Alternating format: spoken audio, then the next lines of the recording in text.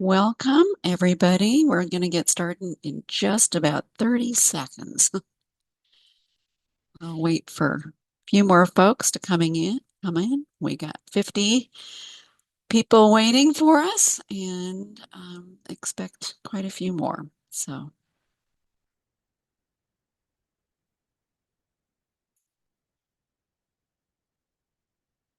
Well, it's 7 o'clock, and I think we'll go ahead and start.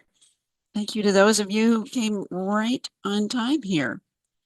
So, good evening. My name is Annette Mills, and I'm speaking tonight from Corvallis, Oregon, the traditional homeland of the Kalapuya people.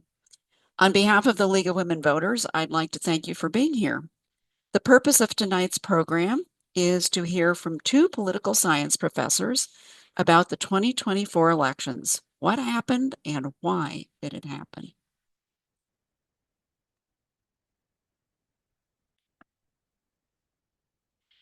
Our agenda for tonight is this. We'll start with a brief overview of the League of Women Voters and what we stand for.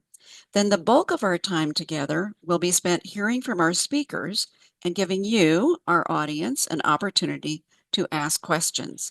And then we'll close with an invitation. If you haven't already done so, please choose Speaker in the View tab at the top of your screen. And this meeting is being recorded and will be posted on the League's YouTube channel. So you'll be able to look back at it, or folks who may have missed it, you can let them know that it will be available. Now, if you'd like to ask a question, please type it into the Q&A box at the bottom of your screen. Please do not use the chat to pose your questions. And now for our program. The League of Women Voters of the United States was founded in 1920, the year that women won the right to vote. The League is a nonpartisan grassroots political organization that encourages the informed and active participation of citizens in government.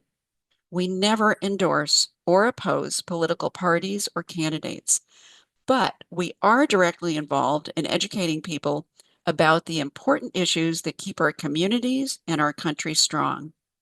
For more than 100 years, the League of Women Voters has informed and studied and advocated on dozens of issues. We empower voters and defend democracy, advocacy. At the local, state, and national levels, we have standing positions on a wide range of topics, and our positions are arrived at only after comprehensive study, discussion, and agreement by our membership. And we use our positions to influence public policy. But the League is probably best known for our work empowering our citizens to become informed and active participants in the voting process. For example, this past October, we held a candidates fair and several online voter forums to introduce voters to local candidates.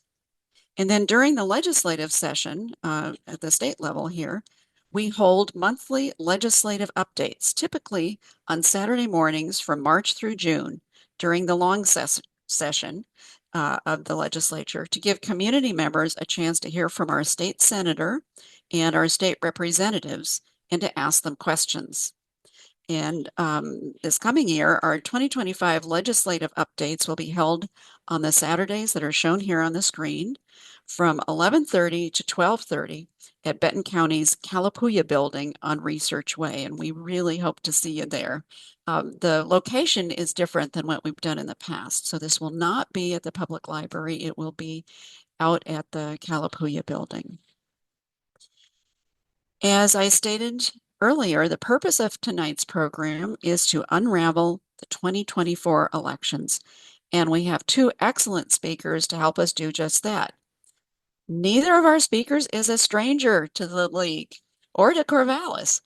Both David Bernell and Christopher Stout have graciously appeared in past League programs to help us better understand questions related to politics, and we are very excited to have them back. Now, each of them has an impressive background in terms of their education, their teaching, and their particular areas of interest. But for the sake of time tonight, I've decided to simply introduce them by their titles. So, at this time, I would like to introduce our first speaker, Dr. Christopher Stout, who was an associate professor of political science in the School of Public Policy at OSU for several years. And Chris is now an associate professor of political science at the University of California at San Diego. So welcome, Chris. Thanks so much, Annette. Thanks so much for the introduction, and thanks so much for having me. I'm going to share a slideshow that I put together because I really don't know what's going on. All right, so let me know if it doesn't show up. Um, so I'll speak a little bit of what happened. I'll talk about some of the shifts that happened in the election, and I'll talk about some open questions and some questions that I'm interested in as a political scientist. So we all generally know what happened in the election. Donald Trump won and defeated Kamala Harris in 2024 at the presidential level. He performed well in the Electoral College. He received 312 College votes to 226. And I'll go on in a second to speak a little bit about the context of this. It was a much closer race in the general election, but he becomes the first Republican presidential candidate to win the popular vote since George W. Bush did it in 2004. And so that marks a shift because the expectation amongst the population, amongst political pundits, was that as the country becomes more diverse, it was going to be more and more difficult for Republicans to win in this area, win the popular vote. And this is something that he did. But the presidential election isn't the only election that happened. There were elections at the state level for governor, like in the state of North Carolina. There were also state level elections for U.S. Senate, and then also all 435 U.S. House seats, all voting House seats, were up for election this year. This was also a pretty good year for Republicans in that they gained 4 seats. They hoped to gain more, but they did win. They won elections in reliably Republican states like Montana, West Virginia, and Ohio, and they were able to win one swing election in Pennsylvania. If Democrats obviously aren't happy with the way the election went, one place they could look for some feeling of things didn't go as bad as we hoped was that they won most swing state elections in the U.S. Senate. They won swing elections in Michigan, Wisconsin, Nevada, and Arizona. And those were all races that were pretty tight within the margin of error before the election. Another thing that Republicans should feel great about is they maintain control of the U.S. House of Representatives. Most people had expected that this election would be one where Democrats should be able to retake the House. And Democrats did ultimately end up gaining 1 seat after California's 13th district went to the Democratic candidate in that state, but they're still basically 3 or 4 seats behind. In the initial, once Congress, when the 119th session, when the 119th Congress comes into session, Republicans will only hold a 1 seat advantage, but that will grow after there are special elections, or at least that's expectations, because most of the special elections will happen in Democratic or in Republican leaning districts. Democrats who are upset about the House election would point to the state of North Carolina, which was given the opportunity to redraw their districts halfway through after their previous districts were challenged in the courts and struck down. And that gerrymander created 3 additional Republican seats, which also is probably the margin of victory in this election. Although Republicans would claim that Democrats got an extra seat in Alabama and a few extra seats in New York afterwards. But nonetheless, the House of Representatives will be one of the closest House of Representatives of all time, being separated initially by only a single seat. One of the things that I've always been interested in when I look at elections is looking at polls. And increasingly, there's been a lot of work looking at poll aggregating sites like 538.com, as well as betting markets about elections. And in 2016 and in 2020, those aggregators and pollsters in general were pretty far off. They didn't do a great job predicting who was going to win and the margin that they were going to win. So in 2020, they correctly predicted Biden was going to win. It was a much closer election than expected. And Biden didn't compete in states like Florida and Iowa as some had anticipated. In 2020, most polls showed a coin flip. And so it depended on the poll you were looking at, some would show Trump winning in some states, others would show Harris winning in other states. But for the most part, these were within the margin of error. And this is what happened. Most of the elections occurred. Most ultimately were within what people expected them to be. Here I have a picture of 538, which said that it was that Harris wins one more time out of 1,000 than does Donald Trump. But most people expected it to be a coin flip, uh, and it went toward Trump. But it was not. This wasn't totally unexpected as it was in 2016. There were very few surprises, though, especially if you looked at the House and Senate races. Most of those went as anticipated, except for Pennsylvania. In that state, most polls show Bob Casey beating his opponent, Dave McCormick, the Republican, and ultimately the Republican won there. So, looking at poll performance, they did better in 2024 than they did in 2020 and 2016. Some have celebrated that they finally figured out ways to catch or to capture Trump voters in their polls. And then, of course, some had expectations that Harris might do better than expected, and so they might not have been happy. But overall, polls performed pretty well. So, looking at the 2024 election in context, in some ways, it shows it's just emblematic of how competitive our elections have become. And if you look at, so this green mark here is the 2024 electoral college difference between Donald Trump and Kamala Harris. Uh, and then these other years, this goes back to 1960 all the way to 2024. And you can see in years like 2000, which were razor thin, I think 5 electoral college votes separated George W. Bush and Al Gore. And for the most part, um, Trump does win, and he wins relatively big compared to others, but not nowhere near the electoral college success that Obama had in 2008 and 2012, and certainly not like it was in previous elections. So if you look at 1972, 1964, 1984, these were all overwhelmingly large wins. So in this case, the Trump did well, but it's not the narrative that we're hearing a lot in the polls that Trump won overwhelmingly. And I think where a lot of that narrative comes from is where Trump does better than previous elections, especially recent previous elections, is that his margin of victory in electoral college in close or swing states was much larger than it had been in previous elections.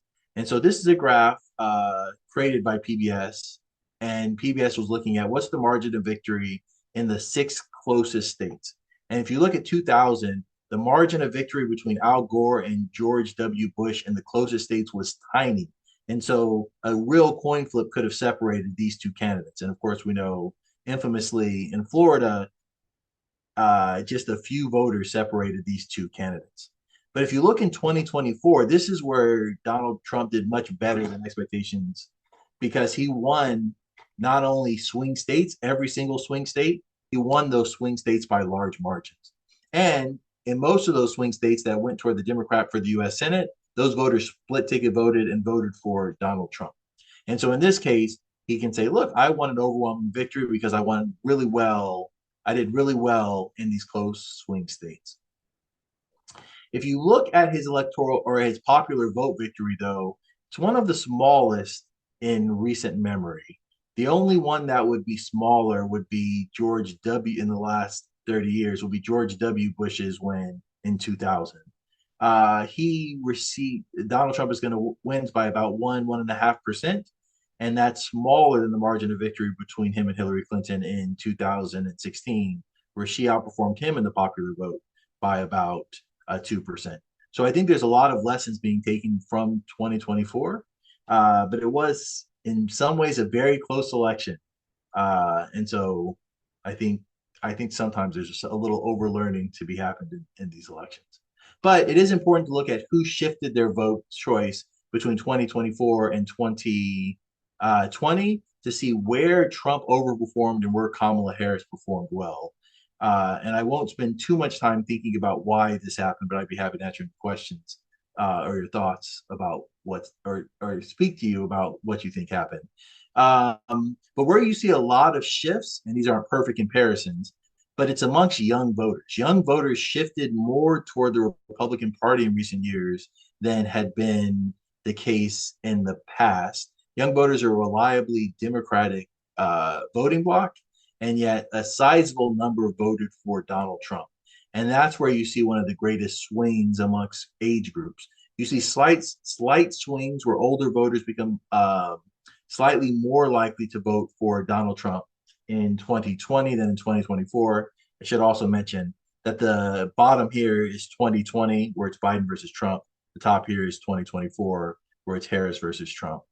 And you see, if you look at the percentage, Biden got about 60% of this vote, and Harris got closer to 53.5% of that vote. So it's a much smaller percentage. The other thing that's important to look at is that young voters didn't turn out in the same numbers that they did in 2020. And so that also hurt Harris, because even if you have these slight victories, slighter margins, having more of that group turn out is going to provide you an advantage. So young people voted for Kamala Harris much less than they voted for Biden in 2020. Another shift, and this is one that I am most fascinated by as someone who studies racial and ethnic politics, is you saw a shift largely from Latinos and Latinas and Asian Americans. There was a lot of discussion about Black shifting toward the Republican Party, and you can see between 2020 and 2024, those numbers are pretty close to identical. But where you see the largest shift is amongst Latinos and Latinas, who overwhelmingly supported Biden in 2020 and barely supported Harris in 2024. And the largest shift amongst that group was Latino men, uh, who voted for Biden uh, with close to 60% of the vote in 2020, and then went a majority for Donald Trump in 2024. Asian Americans are interesting too because they supported Harris less than Joe Biden, in spite of the fact that Harris herself is part Asian American. And so there was some expectation that they had been trending more toward the Democratic Party, but in this election, they did not vote for them vote for her in large numbers. I guess one more thing I want to point out here, and this is something I'll talk a little bit about at the end, is you can look at the composition of the electorate. The electorate in 2024 was a lot whiter than it was in 2016. And I have some theories about that, but for sake of time, I won't speak about those. But if you have questions, I'd love to talk about it. The other thing that's not terribly surprising, and I'm sad that our colleague Brent Steele is not here because he could probably explain more of why this is happening, is the continued move of rural voters toward Donald Trump and toward the Republican Party. Trump won that group by more than any previous Republican had won in 2020, 57 to 42, and then his margins just grew even more in 2024. And then for suburban voters, it went the other way, and that suburban voters are starting to shift more toward the Democratic Party. And so we're starting to see a lot of realignment amongst where people live, and this is largely driven by differences amongst college educated and non-college educated voters. So what explains some of these shifts? It's obviously the economy. This is the number one thing that people posted or said was the issue that they were going to vote on. And most people had a very negative view of the economy. Of course, this comes to the consternation of the Biden administration. Spent a lot of time trying to tout the good numbers, the low levels of unemployment, the fact that wages had been outpacing inflation for over a year. But the perception was that the economy was down and continuing to get worse. And that was something that Harris's campaign could not shake. There's a lot of discussion about Biden's late withdrawal. If Kamala Harris had more time, then maybe things would be different. Uh, Obviously, there were changes in the composition of the electorate, who voted, and then how those people voted. And then finally, some people would argue that it didn't matter, that the campaigns and the candidates themselves are not that important, that there's a global revolt against incumbents. And we see this happening in uh, every developed democracy, and that it's just a hard time to be an incumbent in power. This is a quote that I pulled from a political article, and they wrote two versions of the same article. This is why Kamala Harris will win, or this is why Trump will win. And the way the article about Kamala Harris starts is campaigns and candidates matter, and that's why Kamala Harris will win. But in a situation where people don't really care about who the incumbent is or what campaign they run, What matters is that people don't like the incumbent. And so whoever was in that position was going to have a difficult time. And so some would argue that we can think a lot about how the campaign should have been run differently and what could have been done and how Kamala Harris should have spent her money. But at the end of the day, it was a difficult road for any incumbent to win anywhere. All right, I will end here. And then I look forward to any of your comments and questions. Thank you. Hopefully.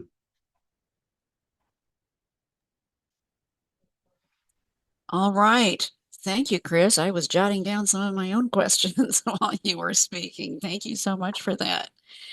And moving on to our second speaker, Dr. David Bernell, who is currently and has been an associate professor of political science in the School of Public Policy at Oregon State University. And we're so happy to welcome you back, David. And I think you wanted to share your screen as well, right? Yeah, I will in just a minute. Thank Okay. you, Annette. Thanks for having me. Thanks for the invitation, and thanks to everyone for being here this evening. It's a pleasure to be here. So I thought what I would do is after Chris had talked a little bit about what seemed to happen with the vote, is to talk a little bit about policy and what we might expect to have happen going forward. Because I think there's some key areas that we've seen Donald Trump talking about, and certainly if you're following the news with regard to the appointments that he or the nominations he wants to make with regard to staffing the government and political positions, there's some things that we can really I think we can expect, right? And there are a few key areas that I think are really important. And the first one is one that was a big issue during the campaign, and it's really interesting to kind of think about how this is going to proceed as we go forward, and that's immigration, right? That was a big campaign issue when exit polling was done to ask people what were some of the bigger issues. Immigration was one. It was very clear this was something that Trump was going to run on, and I think this is something we can expect to see going forward very, very quickly when January 20th comes around. And the real question for this, of course, is how they're going to proceed. Because, the number that has been talked about in terms of the number of illegal immigrants and what constitutes an illegal immigrant in this case is big. It's 10 or 11 million people. And when you think about just the incarcerated population in the United States, right, it's 10% of that or 15% of that. And that's all of the people incarcerated in the United States. So the idea of trying to round up a huge number of people and to send them to other countries, right, is going to be an incredible logistical effort that will require a lot of cooperation. First of all, from other countries who would be willing to accept people being deported from the United States, but more importantly, here in the United States, just the sheer volume of people that would be required to try and track down people who are here undocumented in the United States. And what kind of cooperation would be needed from local and state governments?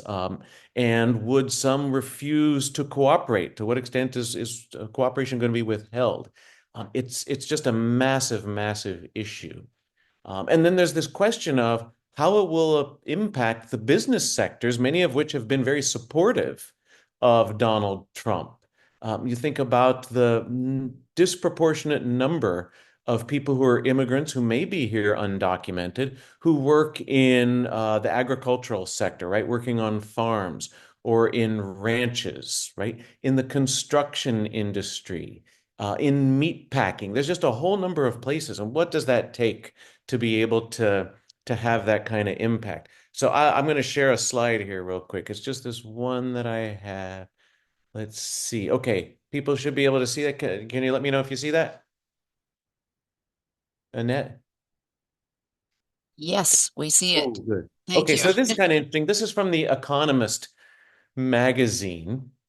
And it said, well, let's look at the probability that something will happen and the impact that it would have. So across the bottom, from right to left, you see the likelihood that something might happen. And the impact that would have is going up from bottom to top. And you see in the far upper right corner widespread controls on legal and illegal immigration as a policy priority of the Trump administration. And this would be the thing that's one of the likeliest things to happen that would have a pretty significant impact because it could be expected to have a big impact on economic activity in the country. When you think about 11 million people who are here, a big proportion of those would be people who are involved in the workforce. And if people are being deported, if they are scared to go to work because they work in an industry where they might expect some kind of raid by immigration agents and enforcement, it could have a big impact on economic activity. And it probably would be the case when you think about that many people um, potentially having an impact, then it's probably the likelihood that many people, if not most people in the country, might know somebody who is impacted or maybe just be one degree of separation from them. But you can see from this slide, there's a whole bunch of different possibilities or different probabilities and possible impacts of a whole range of different kinds of things. But immigration is certainly um, one of those big areas where you would see a lot of activity right from the outset. Okay, so another area where it might not have been as big an issue um, during the campaign as is immigration, but certainly has become even more prominent based on a potential nomination that Trump wants to make, and that's the area of health, with RFK Jr. advanced as the nominee to be the Secretary of Health and Human Services. And so, in the realm of health policy, there could be a lot of activity right from the outset of a new administration. And one doesn't have to look hard in the news and look at the internet and look in the past statements that RFK Jr. has made, but a whole lot of people have made with regard to vaccine, skepticism with regard to vaccines or just outright hostility. And we saw a lot of this 4 years ago and or 3 and 4 years ago with COVID, with people refusing to get the COVID vaccine, thinking it was going to do harm to them. But that movement has really spread even further. And there is greater hostility to all kinds of vaccines and greater skepticism with regard to all kinds of vaccines. And one of the things that Robert F. Kennedy Jr. has basically said, his history of statements tends to suggest that um, he sees the health sector, right? Everything from health research to the availability of different kinds of pharmaceuticals. He tends to see this as a vast effort, or even worse, a conspiracy to really harm people over time, because it just brings profits to unaccountable companies, and not really to improve their health. So, starting from a proposition that much of what's going on in the public health sector and the medical sector is really something that's harming people is a major break from where health policy and health research has been for a long time. So that's another area in which the country can expect to see a lot of change, right? Another area in terms of domestic policy has to do with environment and energy policy. So an emphasis on mitigating CO2 emissions with regard to climate change, certainly any emphasis on that is going to go away. With regard to energy policy, there's going to be much more favorability toward coal and petroleum, natural gas, just fossil fuels in general, at the expense of policies that have been designed under Democratic um, administrations to advance more renewable energy, right? Wind and solar being the two of those that have seen incredible growth in the last generation. And so you'll probably see a big change in environmental and energy policy. And one thing that we could expect to see is the Trump administration withdrawing from the Paris Accord, the Paris Climate Accord again, which it did the first time Trump was in office, and then Biden rejoined the effort. And that Paris Agreement was a series of commitments by countries all over the world saying what they would do to try and mitigate their own CO2 emissions. And the United States has done this in terms of, policy and markets changing, where coal has really been used much, much less over the last 20 years than has historically been the case, and much more wind and solar energy has taken the place of a lot of it. But also a lot of natural gas has taken the place of a lot of that coal as well. Um, so that's another area where you can expect to see a change. Also, with regard to abortion and reproductive rights, that is a really interesting one because the Republican Party position has been pretty aggressive with regard to overturning Roe v. Wade, which happened a few years ago. And then in some states, more strict bans on reproductive rights and on abortions have been put in place. But during the election, during the campaign, Trump realized that going all in for stricter and stricter bans might not be able to be the thing that would get him some votes. And so he said his position that he took during the campaign was, we got what we wanted, which is Roe v. Wade is overturned and it now goes back to the states. But there's a question of whether or not the movement that has supported him is going to be satisfied with that as the policy for the presidential level.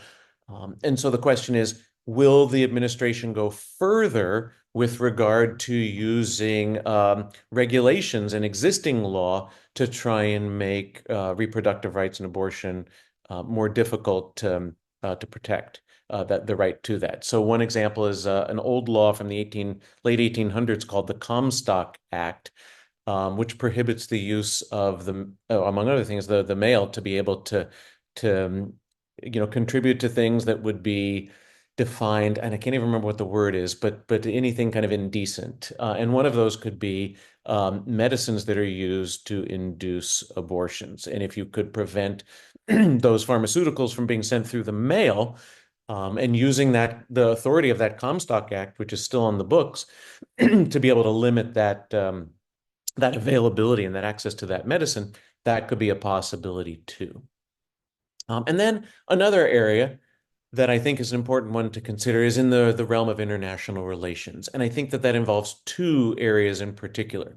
One is with regard to trade, and the other is with regard to global security and war and possibly even NATO membership, things like that. So the first of those, with regard to trade, one of the things that the Trump campaign said, and here I'll go back to sharing that slide. Hang on.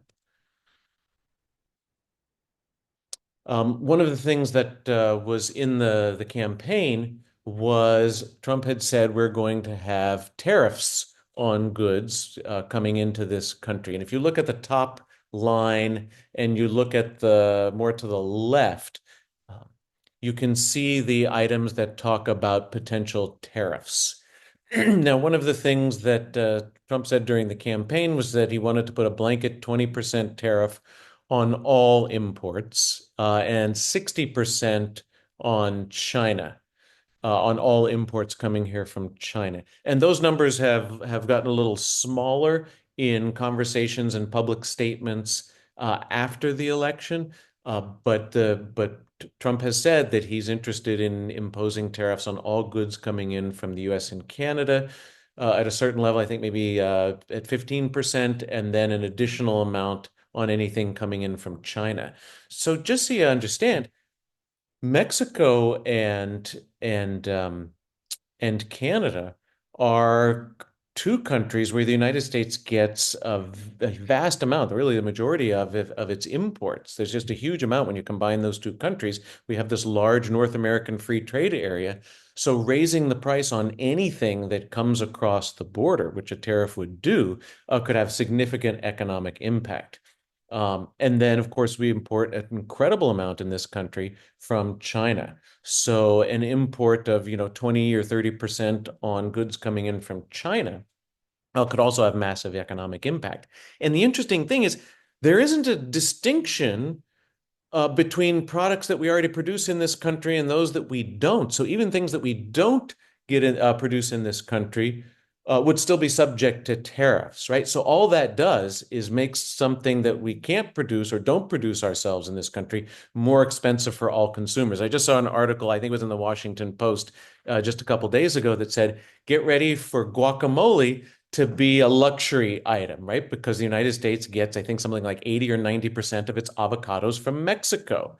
And so if the price of those go up, an additional 15 or 20%, that's going to significantly impact the market for this product. So that is another one of these areas that could have massive impact. And you look at the extent to which it would have impact on this slide, you can see it's significant, right? And that's something that is agreed upon.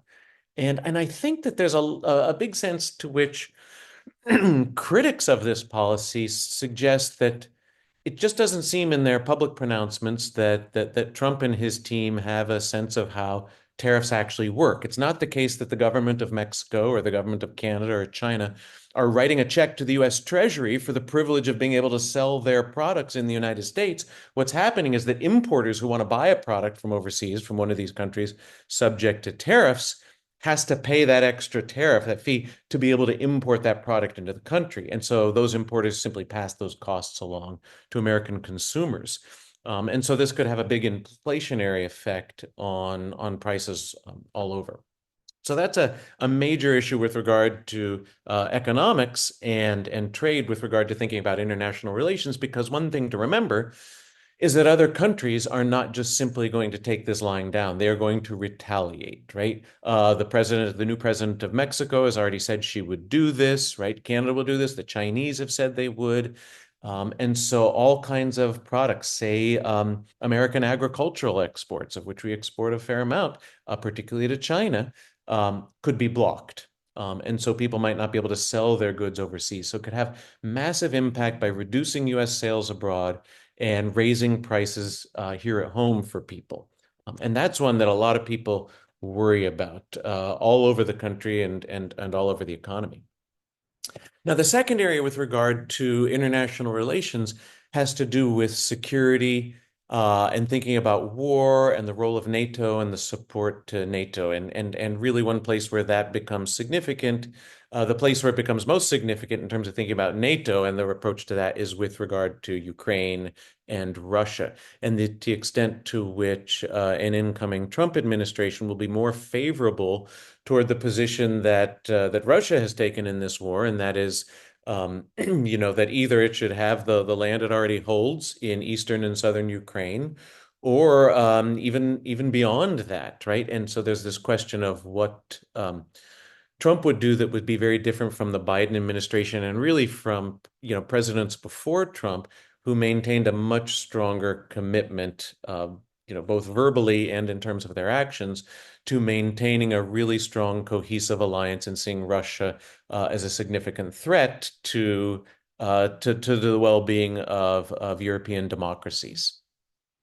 And that has implications for other things like in Asia with regard to Taiwan's own security, right? If one question is if the Taiwanese and Chinese governments see that the Americans are not defending a fellow democracy in Ukraine, to what extent can the United States be expected to come to the defense of Taiwan? And does that make conflict or Chinese aggression toward Taiwan more likely in that case? And then there's this large question also of to what extent Donald Trump will want to try and remove the United States from NATO. There were conversations about this kind of thing in the first Trump administration, and the new question is, does this get some renewed life? All right, one last thing I'll do, and then I'll open this up to questions. There's this saying in Washington, and this is where I expect the kind of the last piece I want to talk about. There's a saying in Washington that says, personnel is policy. So any new president has right now about 4,000 or so positions in the government that the president can fill with political appointees. These are people that the president chooses who are loyal to his agenda, and they end up running the departments and end up in those first levels or so of various agencies. And to the extent you're putting particular people in place in these agencies, you're very likely to have a certain kind of policy, right? So I already talked about RFK Jr. as being an important person in terms of the impact that he as an individual could have on that policy, right? And there's a whole bunch of these that we've seen the news about, right? What was kind of the poster child of really bad appointments didn't last very long, but that was Matt Gaetz to be the Attorney General.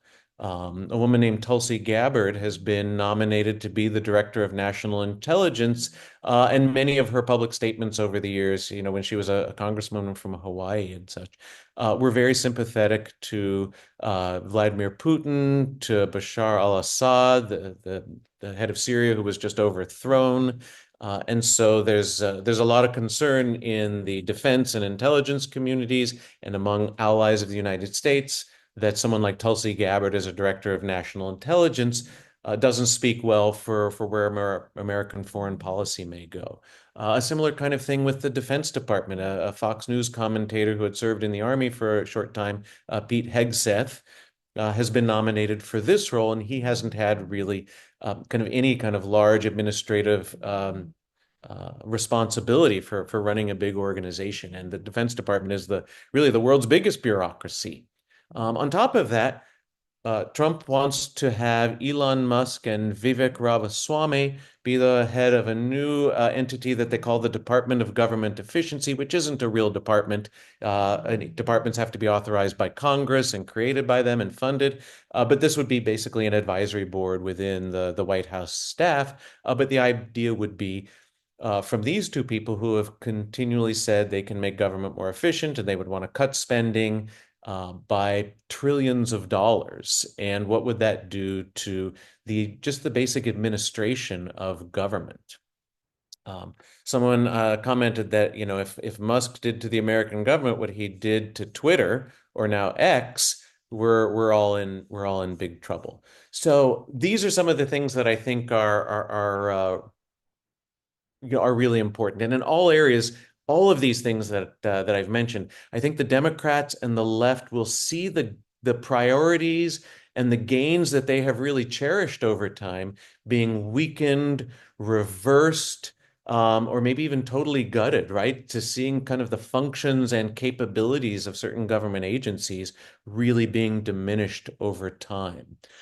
And then, one of the themes of the election was not only is the worry about policies and policy priorities, but to what extent will this kind of control and effort to really remake government have implications for the weakening of democratic governance overall, right? Procedures and protections and norms and democratic reversals, right? I mean, policy changes are one thing. But cementing a long-standing GOP or MAGA majority via co-opting or intimidating business, media, civil society, or even state and local governments and their policies and practices, that's very much another thing than just policy change. But I think what we can expect is a real kind of shock and awe effort from the new administration. And it's going to look very chaotic and controversial to a lot of people who are not sympathetic to what they can expect from the new administration. Okay, I'll stop there. Thank you, David. That was pretty intense there at the end, what you were sharing with us.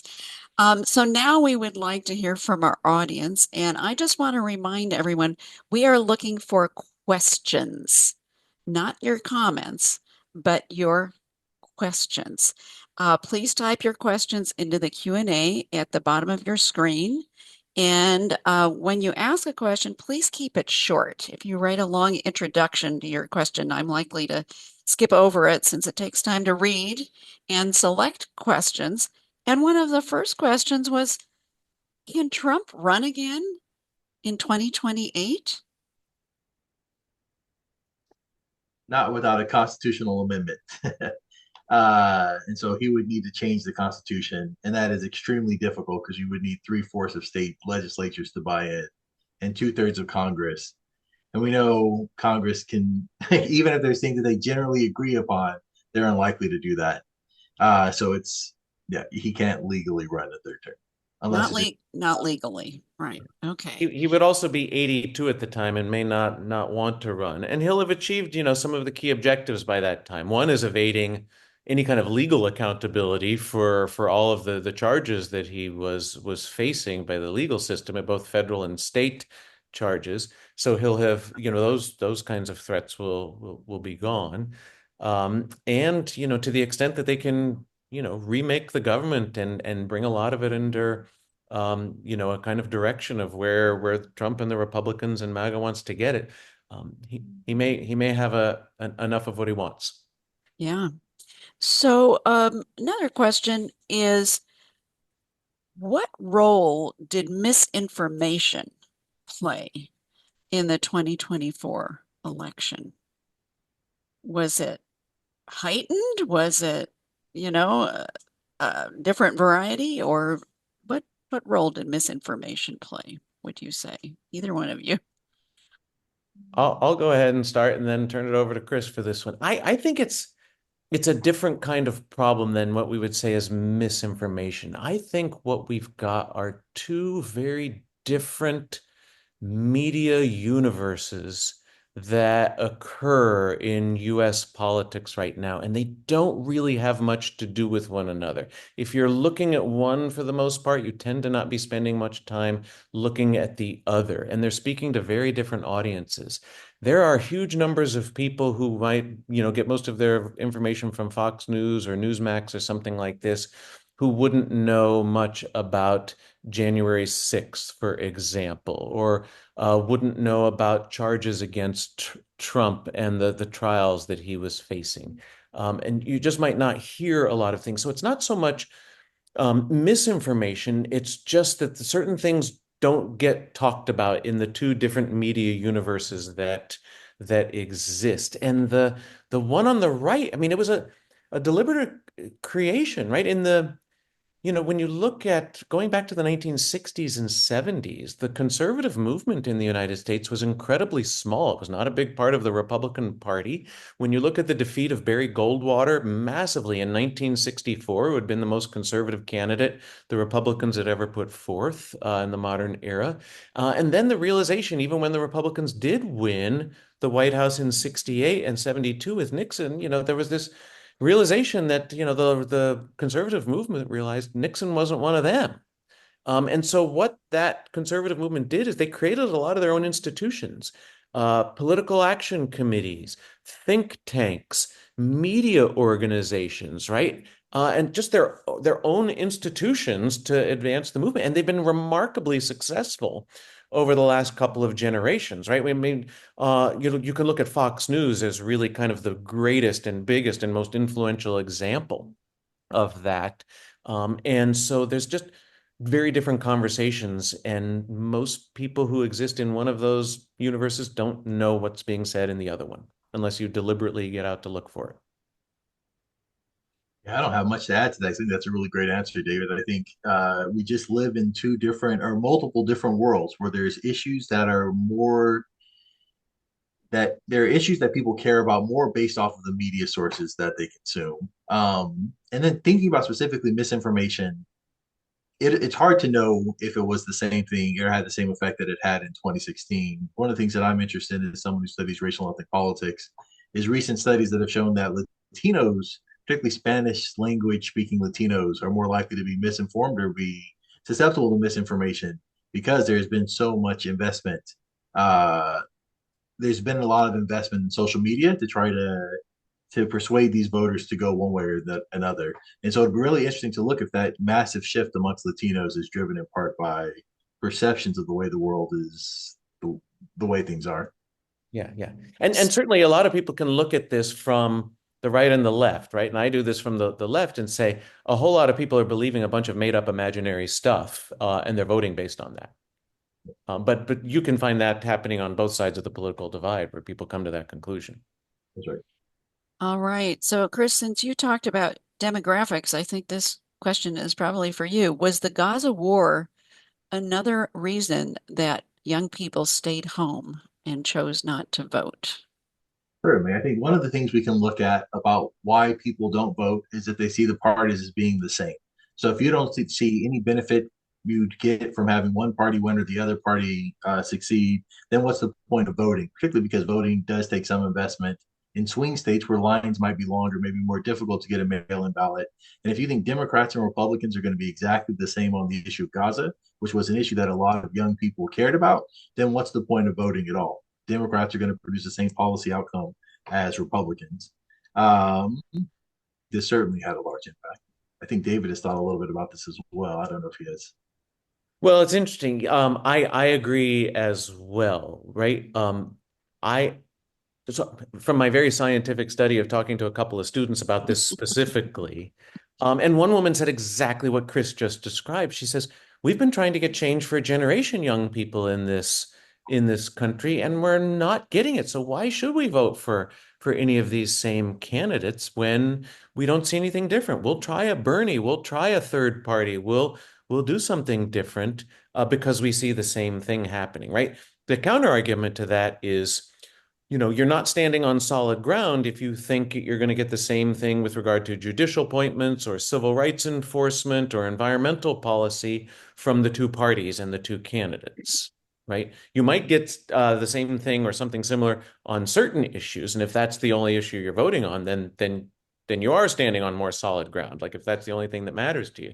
But there are a whole bunch of areas where, the president and all of the, 4,000 or so people that they will appoint to these political positions are going to have massive influence. And there's something else that may be happening as well. So the civil service is populated with people who are supposed to be there based on their qualifications, and they are there to serve the public in a nonpartisan fashion, right? And so their appointments are not based on your political support. So, and those political jobs, they're called in the bureaucracy Schedule C. And what Trump sought to do at the very end of his first term, and will probably try and do again now, is to reschedule and reclassify about 50,000 government jobs to make them political, to create a new classification called Schedule F, which says basically another level down, or another in certain levels in certain kinds of positions that could be considered more political. And the idea would be to reclassify, reschedule those jobs, and then dismiss those 50,000 plus employees and bring in another 50,000 political appointees, which would really have a massive impact on the way in which government is administered to try and be very, nonpartisan in its efforts once policy is decided upon, that these people implement and carry out that policy. Can I briefly piggyback off that? Sure, please do. Just the idea that I think about the parties is different. I think David did a really good job of explaining this. The perception is that the parties are similar in many ways, and in some policies, maybe they are, but there are drastically different outcomes that'll come from who is elected. And so I think there's a lot of discussion that the parties are the same, but they are not the same. They've been really responsible in recent years, giving us a clear vision of which direction they're going to take. But that is not the narrative. The narrative is often, oh, the parties are going to do the same, the outcome's going to be the same. And if the outcome is the same, it's in large part because there's a lot of gridlock. And it's really difficult to get large scale policies through our federal government. But if you want to look at differences across the states, right? States where Democrats are in control have a lot different policies than states where Republicans are in control. And if you're happy with the way that they're running Democratic states, then that's probably the party that you want. If you're happy with the way they run their policies are in Republican states, that's the party you want. But the parties are not similar in any way, even though that is often what people say. Yeah. And an interesting element of that, if you look at the Democratic pundits and operatives over since the election, and they're kind of lamenting their fortunes. What are we going to do? How are we going to do this? How are we going to stop some of the things that we see are coming? But there's some other arguments on the same side saying, hey, wait a minute, there's going to be some kind of chaos and problems. And when we see what, the economic impacts of, deporting people or raising tariffs are, it's like, let's not use up all of our energy trying to stop these things and going crazy to say, oh my God, the world is coming to an end. And my favorite phrase from the Democratic Party saying, just let them touch the hot stove once or twice, and they will find out that they don't like it. All right. So here's an immigration question. Um, the people that Trump has proposed for immigration positions, roles, seem to be talking about a more nuanced approach to deporting undocumented immigrants, focusing on those who have committed crimes. Has anyone done an analysis of the impact of that approach? I don't know off the top of my head if anyone's done any analysis, but I think that is a common thing that both administrations have focused on. And I think it is more politically palatable for the population, right? It's hard to say you're going to deport everybody because then that raises alarms. But if you're going to deport people who have done something wrong, then it becomes easier to say, oh yeah, well those people deserve to be deported. And so I don't know even the analysis of what happens when those people are deported in large numbers, but that's a common thing that both Democrats and Republicans have done. And then there's another category of people that's really interesting, which is a major problem for the huge number of people that have come from certain countries, which is people who've come here and have asked for asylum. And because when you ask for asylum, you're given a certain kind of dispensation to stay, and you have an interview, and it's decided whether or not you have a well-founded claim of political persecution, right?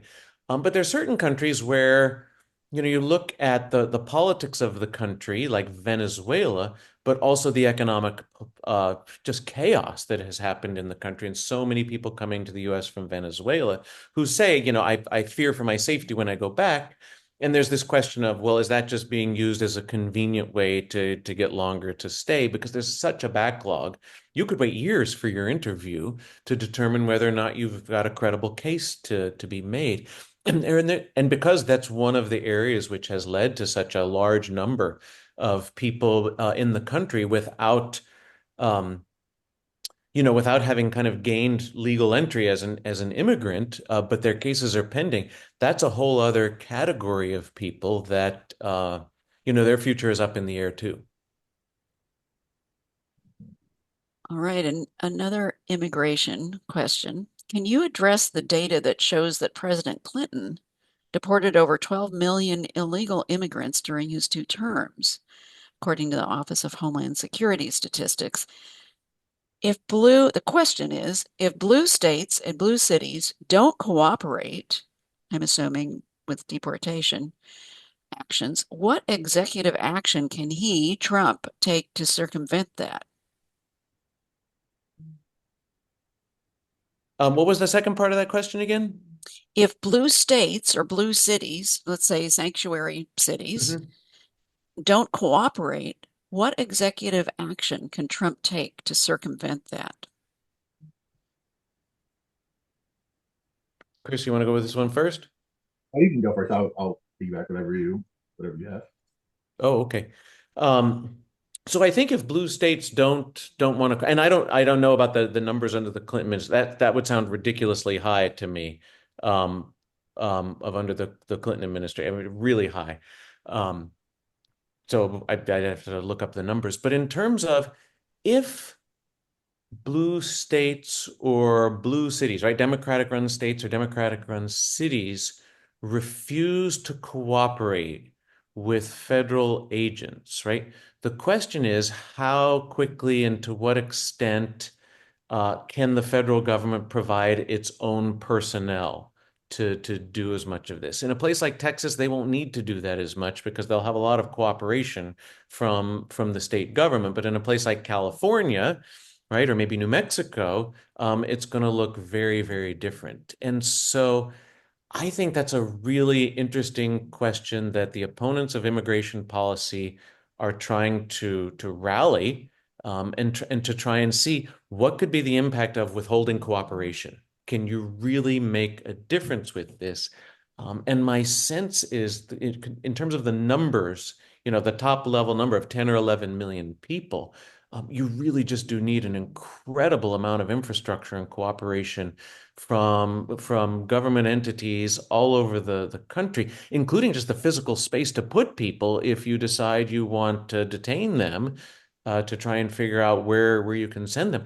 You just can't do that with the resources of ICE, the Immigration and Enforcement. Customs Enforcement, yeah, in the Department of Homeland Security. They just don't have that capacity.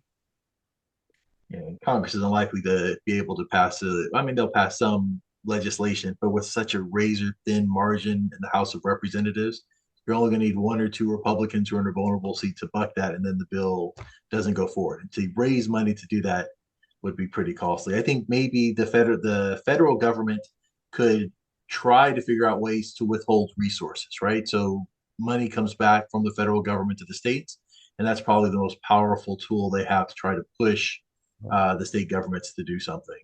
Um, I do think that there is going to be a lot of obstinance from Democratic governors because a lot of those Democratic governors will want to run for president in 2028, and this gives them a good chance to push back against Trump's agenda and to give themselves increase their name recognizability.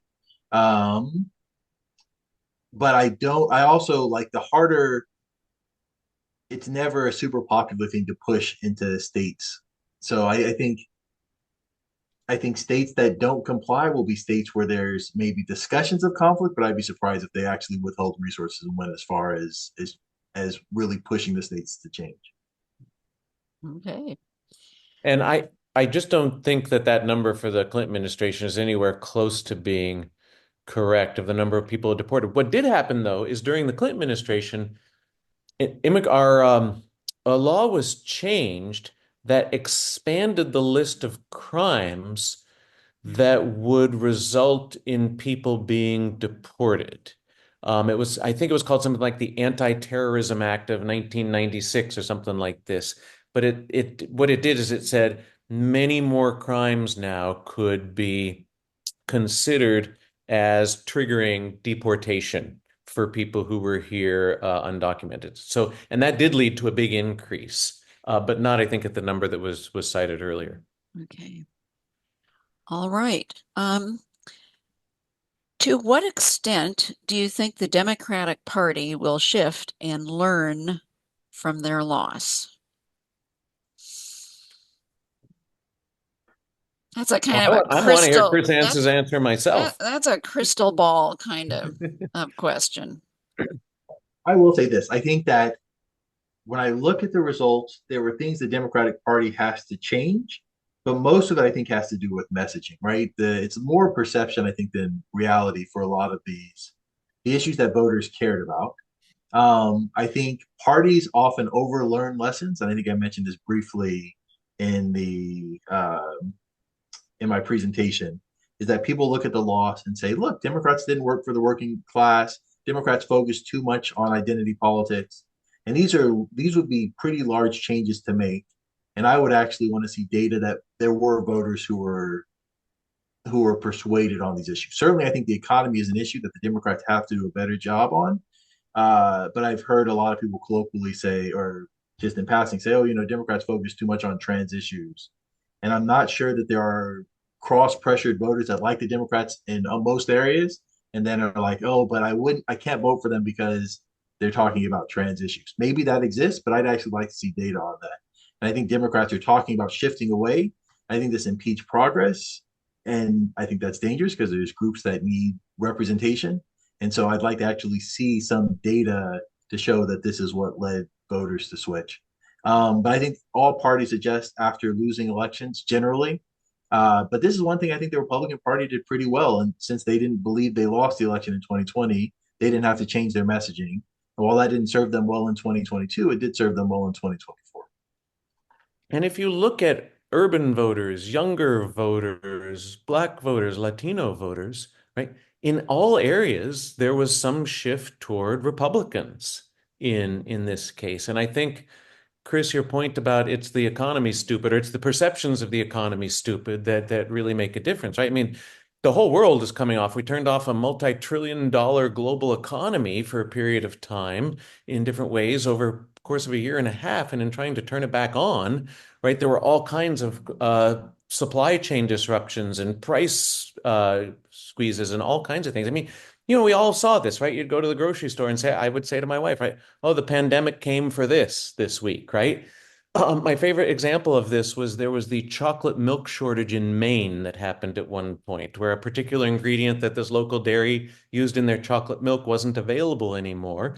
And so they just decided not to produce it because everyone loved their chocolate milk. And when they tried to substitute in their ice cream previously, people hated it. And so they said, well, we don't want to have a bad product. And so the chocolate milk disappeared off of the shelves from this one company in this part of Maine. Like it was all of these kinds of things. And so turning that economy back on led to chaos and disruption all over the world. And the United States actually did pretty well by comparison in terms of staving off, a really horrible collapse and making a decent recovery, and better than a lot of other countries. But you wouldn't have known that from listening to the news, right? Even the people who supported the Democrats said, "Well, the economy's a disaster," right? And that wasn't as much the case. But at the same time, there were real problems, right? People were hurting. You could see all over the place. I mean, the two things people do every week, right? They go to the grocery store and they fill up the tank, right? You definitely saw changes in those things. And while gas prices came back down, grocery prices are staying up, right? They may not rise as fast in the future, but we all noticed those things. And so people were really feeling it and hurting some things, but this happened all over the world. Like Chris said, incumbents were voted out in country after country across Europe, across Asia. Only a couple seemed to survive, right? The same party stayed in power in Mexico. The same party stayed in power in India, but they lost seats in the parliament, and also in Japan. And they lost seats in the parliament. But that's it. Every other democratic government that was up for election in Europe, the Americas, Asia got beat, right? They were thrown out. So it may just be the case that any government is one bad business cycle away from being thrown out. And so you could overlearn the lessons and say, oh my God, we've got to change everything we do because nobody likes us anymore. But at the same time, the Democrats, I think, have to contend with the charge, which certainly Bernie Sanders has made from the party, saying, we've abandoned the working class. We've abandoned people who are feeling economically squeezed. That used to be where we drew our strength from, and we're seen as the party on the Democratic side of, kind of the urban elites. I have a friend calls himself a disillusioned Republican. He said, I've never voted for Trump. He said, but I don't think the Democrats were doing themselves many favors with their messaging. He says, a lot of people I know, this Republican friend of mine, he said, people who did vote for Trump saw the Democrats' message as Trump is Hitler. Let us help you kill your babies, and we don't know what bathroom to use. He's like, that wasn't a winning message to try and win over that middle swing voter if that was the message they were getting. All right, a related question about the Democrats. What role do you think gender played in the election? The Democrats have run two women candidates for president. They have both lost. Do you think that was a factor this time around? I think there's research that shows that when women run for office, women win, right? And we see this happen at least at the congressional level, at the Senate level. I think there's some questions about whether or not there are stereotypes tied to women that make it harder for them to win executive office. And so maybe there's something there. And so I think there might be things tied to gender that lead people to vote, be less likely to vote for women. And so I think that could play some role. I worry that the election outcome will lead both parties to think, oh, a woman couldn't win if she ran for president. And I don't think that's the case. I think both women candidates face strong headwinds. So had Nikki Haley been the nominee, it's possible that Nikki Haley, or likely, I think that Nikki Haley could have beat Joe Biden had Biden stayed the nominee.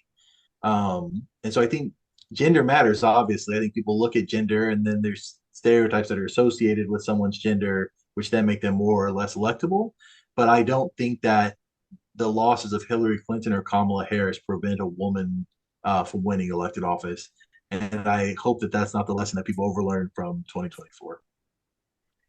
And if you look at the gender gap in American politics, and I don't remember, did you have a slide on this with the gender voting, Chris, that showed the difference between, because Biden did better among women, than Harris did. There was a bigger gender gap in 2020 than there was in 2024. And I think there were expectations that the gap between male and female voting in this election would be bigger than it had been in the past. And so I think there was a lot of criticism among women saying, why aren't women voting for the woman, right? And why aren't we doing this? But people were voting on other issues, which also lends support to what Chris was saying. It's like just because somebody is a woman doesn't mean they are or are not, able to be elected, Mhm. because there's so many other things going on. Sure. So here's But a nonetheless, my knee-jerk reaction is yes, it mattered. Okay. So here's a question that's going to test your historical knowledge. Do we have enough facts throughout our election history to know whether elections are more or less secure than, say, 50, 100, or 150 years ago? I would say probably more secure, right? Especially if you go 150 years ago, it's, voter turnouts through the roof because people were voting multiple times. There were no checks on it. Then you had the progressive reforms, which had some types of voter registration in the turn of the 20th century. Uh, in the 1960s election, ballot stuffing was probably a relatively common, was not uncommon. And I think there are just more safeguards now today than there were in the past. So I would say it's more secure now than it has been at any point in the past. Yeah. And even if we think about mail-in voting, right? The automation, the ability of like a computer to be able to read and match signatures to what you have on your database would have been impossible for a human to do 80 years ago, to look over millions of ballots. And so I think things are more secure today than they were. And there are some ways in which states share information now to try and protect election integrity. But there's definitely a huge sense that there are there are ways in which elections, right? And the Democrats and the Republicans each have accusations of the other of trying to rig the vote in one way or another, either through voter suppression, which the Democrats have charged, access to ballot, right, will include an ID. If we have an ID requirement, and in Texas, I think they allow a license to carry a gun, but not a student university ID as valid ID for voting, right? And so that's a criticism that says you're trying to rig the vote by determining who can be a legal voter and making it difficult for others. Whereas on the Republican side, they've been saying you're trying to get illegal immigrants, registered to vote for Democrats to help you win elections, right? And it really, for democratic governance and democratic elections to continue to maintain legitimacy, it really does require all participants to think that their vote will be secure. And there are more and more procedures all the time to try and do this. But some kind of political grand bargain, right, would certainly go a long way, I think, to help ease people's concerns about election integrity. I mean, it shouldn't be that hard to have elections that are secure, fair, um, and efficient, right? In terms of being able to count them and understand who voted. I mean, Okay. we all put our credit cards in our computers and we can order things online and they come in an hour and a half. We should be able to have a way to get votes, to get voters eligible and recognized, and to be able to get their votes cast and counted quickly and Mhm. accurately and efficiently and fairly. All right. Here's another question that we haven't touched on. The American bureaucracy is enormous and entrenched. What is the likelihood that Trump et al. Can make the big cuts without the complicity of a majority of Congress who have federal spending in their districts and states?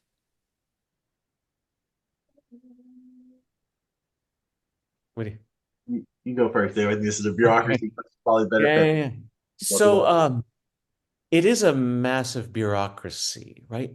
And we tend to think of it as, oh, this is waste, fraud, and abuse, right? Because we've got a bunch of people working that. So I worked in the federal bureaucracy. I was one of those political appointees during the Clinton years. And one of the things that was so impressive to me, and it is to people who get to know them, right, throughout the years, people who work for the federal government and state governments, right? These are dedicated professionals who want to do their job well. And, a lot of it, like you look at the Department of Commerce, right? And they're collecting so much data on things like, the National Weather Service is part of the Department of Commerce, right? There's just a massive infrastructure to try and collect data on things and help make people more safe from storms that are coming, right? So you can have better information to do this. So the bureaucracy is big for a reason because we've wanted our government to do a lot more work over the years. And we've decided that the government should have more responsibility for the well-being of its citizens economically in terms of safety and security. Um, and everyone does get a part of that, all states. And so it's not just that members of Congress see federal spending in their districts. It's that they can see tangible benefits from a lot of these things as well. And it is a real question of whether or not congressional appropriators, right? Even Republicans, those appropriations committee members, they like to spend the money that they have access to allocate to different projects and programs and agencies across the government. And it's an interesting question as to whether or not they're going to do everything that the Trump administration and the Trump budgets are asking them to do. Yeah, and I guess I'll just piggyback off of that, thinking about, you know, the main goal of elected official generally, obviously, is to help people. That's the thing they hope for. But they also really, really care a lot about reelection. And so any decision that they make that's going to be detrimental to their district is one that they're going to be real hesitant to make. And so one of the things that is being discussed is repealing parts of the Inflation Reduction Act. And we know that a lot of places kind of built infrastructure in expectation that there are going to be subsidies for solar panels or for clean energy. And to have that stripped away would hurt a lot of congressional districts. And so I think though some of those things are going to be harder to do. There are some things that are maybe more politically palatable, but I think large scale, I mean, any change in Congress is just so difficult, um, just because there's so many vested interests. But I do think the president has some power over how they spend money, and that is something where Trump can have a large impact. But I think large changes to the budget are going to be very difficult, and turning overturning legislation like the Inflation Reduction Act is also going to be extremely difficult. Yeah. Yeah. If the Trump and the Republicans want to take credit for good economic growth, right, they should leave the trillions of dollars in spending in place that were appropriated through the Inflation Reduction Act and the bipartisan infrastructure law, because it's trillions of dollars over a period of 10 years that are going to be spent in communities all over the country. They'll be putting people to work and putting new, everything from roads and bridges to broadband to solar and wind and, new transmission. There's just a whole lot going on. But there is something that the Trump administration may want to try and test, because I think there's some sympathy among some of the incoming officials. And that is where the federal government, where the executive agencies would refuse to spend money that Congress has appropriated. So you don't need to try and convince Congress to cut spending. And it's called impoundment. And the Nixon administration tried to do this, to refuse to spend some money that Congress had appropriated. And they said, well, the Congress said we could spend it, but we decided we don't. And we're the executive agencies, we're the executive branch. And so we're going to not spend this money. And it was determined, to be unconstitutional, that they couldn't do this. But I do think that there may be some enthusiasm among some parts of the incoming administration to try and test this again and see if they can withhold spending money that Congress already appropriates and essentially just make that budgeting decision in the executive branch. So here's a question that I see as related to the one that was just asked. While probably everyone will be impacted by new administration policy, will MAGA supporters be likely to suffer more than others?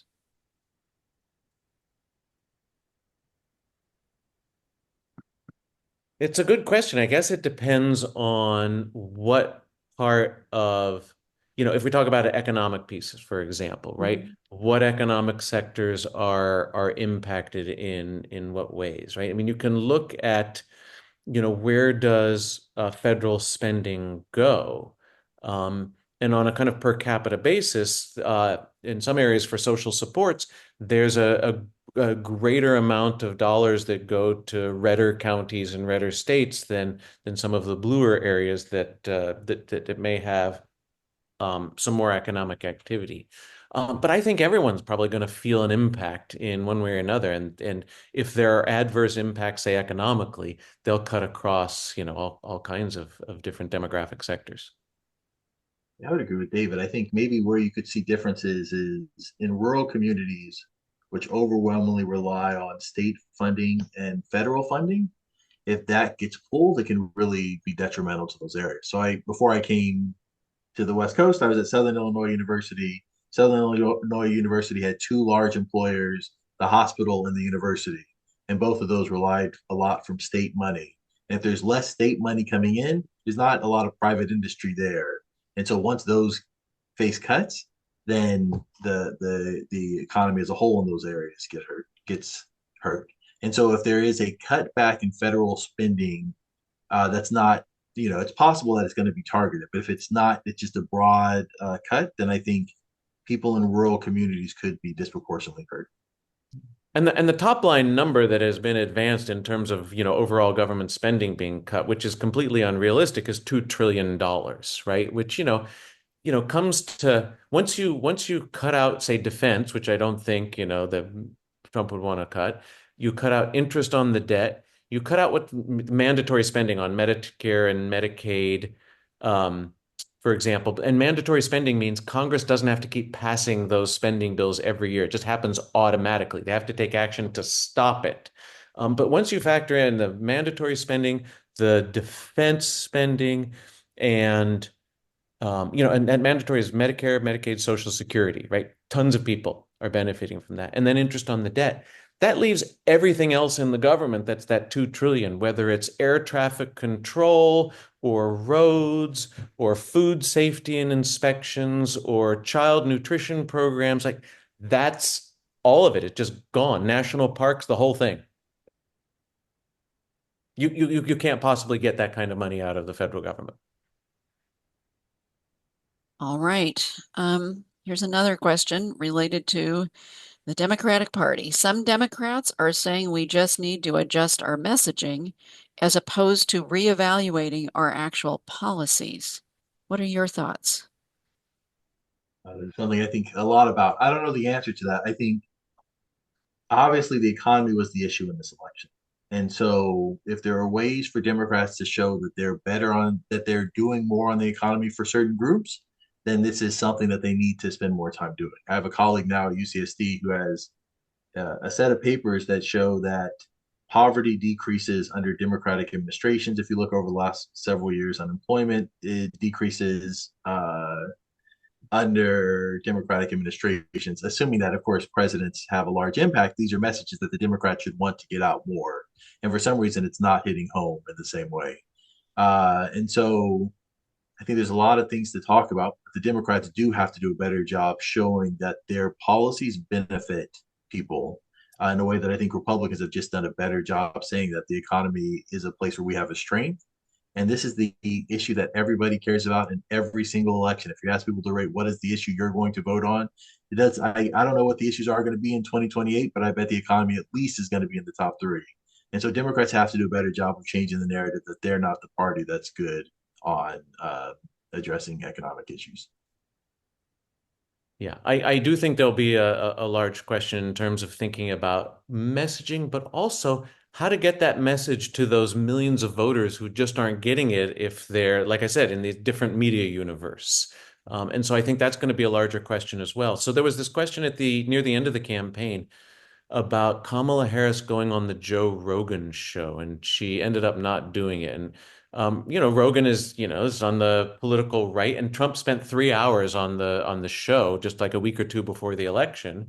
And there's like 40 million listeners to the Joe Rogan show. And I think there are critics of Kamala Harris saying, whatever you think you had planned that day, you didn't want to go to Texas and take up a whole day and spend 3 hours on his show. You can't hit 40 million people in a day in any other possible market. So drop everything because you're not communicating with those voters otherwise. And here was an entry point into that media ecosystem that you missed the opportunity to do so.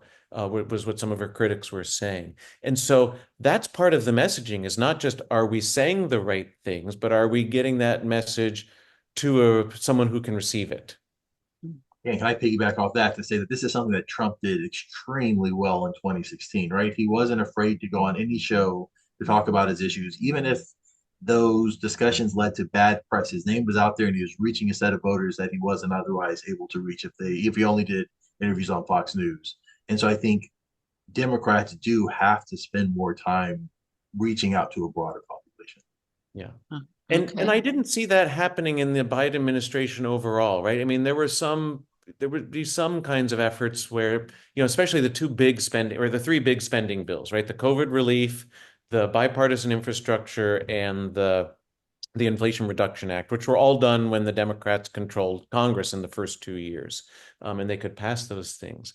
But it didn't seem like there was a big concerted effort to say, here are the things we were doing. But these are also, especially those last two, the COVID relief was immediate, but those other two, those are 10-year spending bills, right? These are not going to have immediate impacts on people's lives and immediately be starting to show results economically. So it's tougher to communicate that and saying, hey, we've done some things that you're going to notice in a couple of years.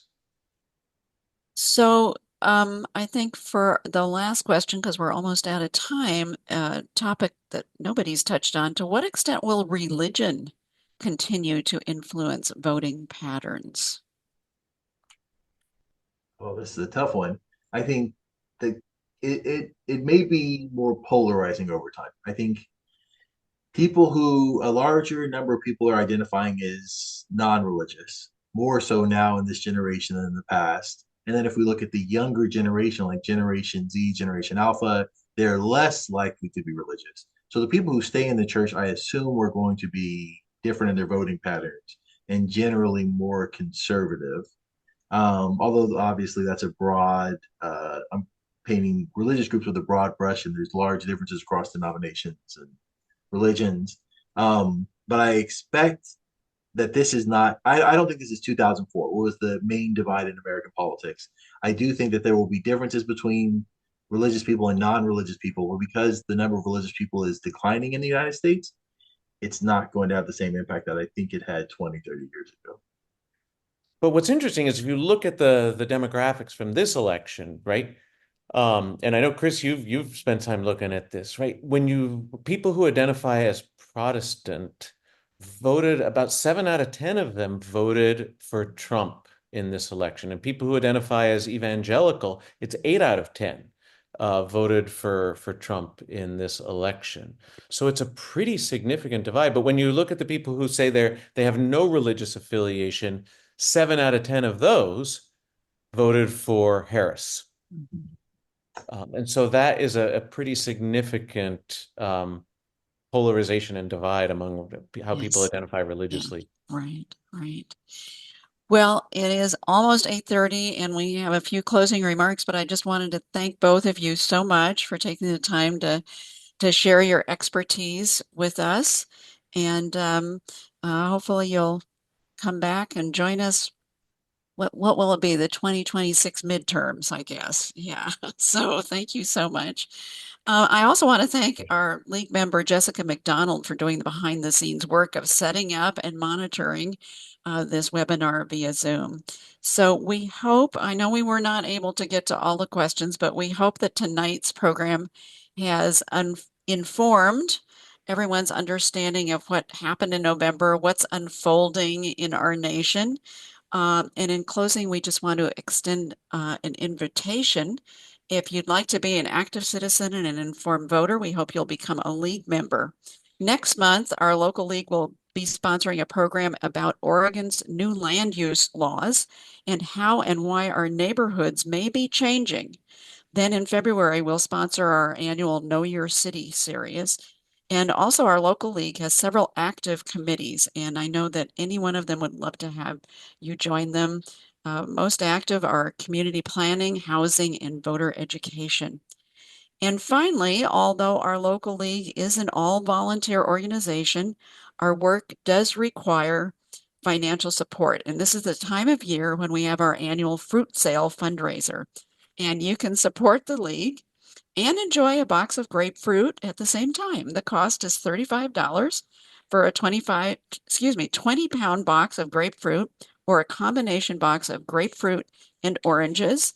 And if you're looking for a last-minute gift, or if you don't want to order fruit for yourself, please consider buying a box for us to deliver to Lynn Benton Food Share, Mary's River Gleaners, Jackson Street Youth Shelter, or Community Outreach.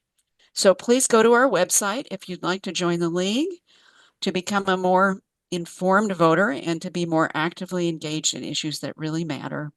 Our website address is simple, lwvcorvallis.org. Again, thank you all for attending tonight's program, and we hope you have a great rest of your evening. Thank you.